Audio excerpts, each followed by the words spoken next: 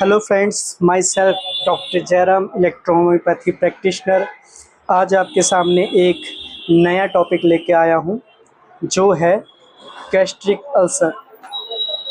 अब देखिए, gastric ulcer की पहचान क्या है। जब भी हम खाना खाते हैं तो खाने के तुरंत बाद या आधे घंटे या 10 मिनट बाद आपको काफ़ी ज़्यादा जलन होती है या दर्द होता है। जलन उस कंडीशन में ज़्यादा होगी जब खाने के अंदर कोई भी मिर्च या लाल मिर्च या हरा मिर्च उसकी मात्रा होगी, चाहे थोड़ी हो या ज़्यादा हो। थोड़ी होगी तो थोड़ी जलन होगी, ज़्यादा होगी तो ज़्यादा जलन होगी। उसके बाद आपको पेट में हल्का हल्का दर्द बना रहेगा। इस तरह का आपको कंडीशन होगी, उल्टी जैसी कंडीशन भी होगी। अब पेट में अल्सर कहाँ कहाँ होते हैं?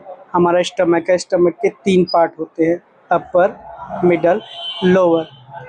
ज़्यादातर जो 50% या 50% से ज़्यादा जो गैस्ट्रिक अल्सर्स होते हैं वो अपर पार्ट में होते हैं, मिडल में बहुत कम होते हैं और उसके बाद लोअर पार्ट में भी हमारे अल्सर्स होते हैं। लोअर पार्ट में जो अल्सर्स होते हैं वो ज़्यादातर ड्यूोडेनम की तरफ होते हैं। जैसे पेट है, पेट के बाद एक पतली सी पाइप जाती है, वहाँ पे जंक्शन होता है, हल्का सा कर्व होता है, उसी को हम ड्यूोडेनम बोलते हैं। वहाँ पे भी अल्सर होने के ज़्यादा चांसेस होते हैं। अब अल्सर में हम क्या लेते हैं? हम अल्सर को बैलेंस करने के लिए, न्यूट्रलाइज करने के लिए ज़्यादातर जो एलोपैथी मेडिसिन होती है, पेन-DSR, R-DSR, पेन-40 और डाइजीन सिरप्स, ये सारी चीज़ें होती हैं। लेकिन हम इलेक्ट्रो होम्योपैथी डॉक्टर्स हैं, हमें क्या देना है? हमें देना है S1, C15 और WE। ये मेडिसिन D5 में हमको देनी है।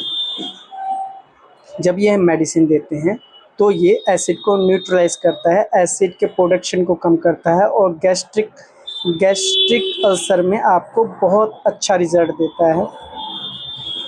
अल्सर को भी ये ठीक करता है। लेकिन हमेशा याद रखिए, गैस्ट्रिक अल्सर के अंदर सिर्फ दवा देने से कोई काम नहीं चलेगा। आपको खाने के अंदर भी परहेज करना पड़ेगा। ये देखना पड़ेगा कि आप क्या खा रहे हैं, क्या पी रहे हैं, क्या ले रहे हैं और उसको खाने से आपको क्या प्रॉब्लम हो रही है या क्या फ़ायदा हो रहा है। ये चीज़ें आपको खाने से पता चल जाएगी कि कौन सी चीज़ आपको कितना फ़ायदा या नुकसान कर रही है। गैस्ट्रिक अल्सर के अंदर हम ज़्यादातर जो पेशेंट को होता है वो ठंडी चीज़ें देते हैं और लिक्विड चीज़ें ज़्यादा देते हैं, फल फ्रूट पे ज़्यादा रखते हैं। इसके अलावा कई पेशेंटों को सिम्टम्स से हम जानते हैं और कई पेशेंटों को हम एंडोस्कोपी करने की ज़रूरत पड़ती है।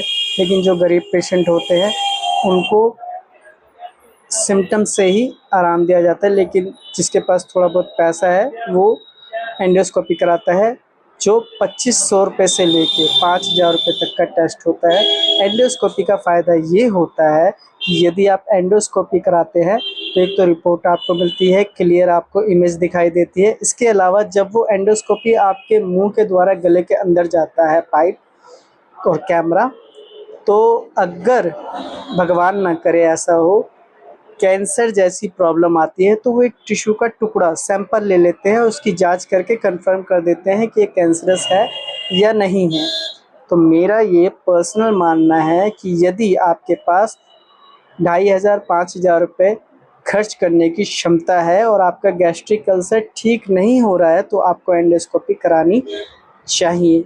क्योंकि जब ये हमारे पास पेशेंट आते हैं और जब उनको कैंसर की लास्ट स्टेज होती है तो हमेशा वो एक बात ज़रूर बोलते हैं, अगर पहले डॉक्टर ने बताया होता तो हमारी ये कंडीशन नहीं होती, हम इलाज करा लेते हो और हम बच जाते। ये मैं अपने दिल की बात बता रहा हूँ, अपने प्रैक्टिस की बात बता रहा हूँ। पेशेंट यही बोलते हैं, लेकिन पेशेंट की भी गलती होती है। जब हम उनको शुरू में एडवाइस करते हैं तो कई पेशेंट जो होते हैं 70-80% जो होते हैं वो इग्नोर कर देते हैं।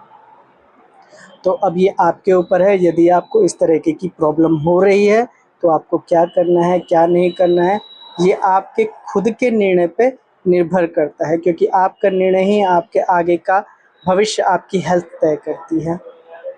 तो मैं आशा करता हूँ कि इलेक्ट्रो होम्योपैथी के अंदर यदि आपको एलोपैथी से कोई आराम नहीं आ रहा है तो आप निश्चित ही ये मेडिसिन लेंगे और अपना ट्रीटमेंट किसी अच्छे इलेक्ट्रो होम्योपैथी डॉक्टर से करवाएंगे, विद रिपोर्ट और विदाउट रिपोर्ट।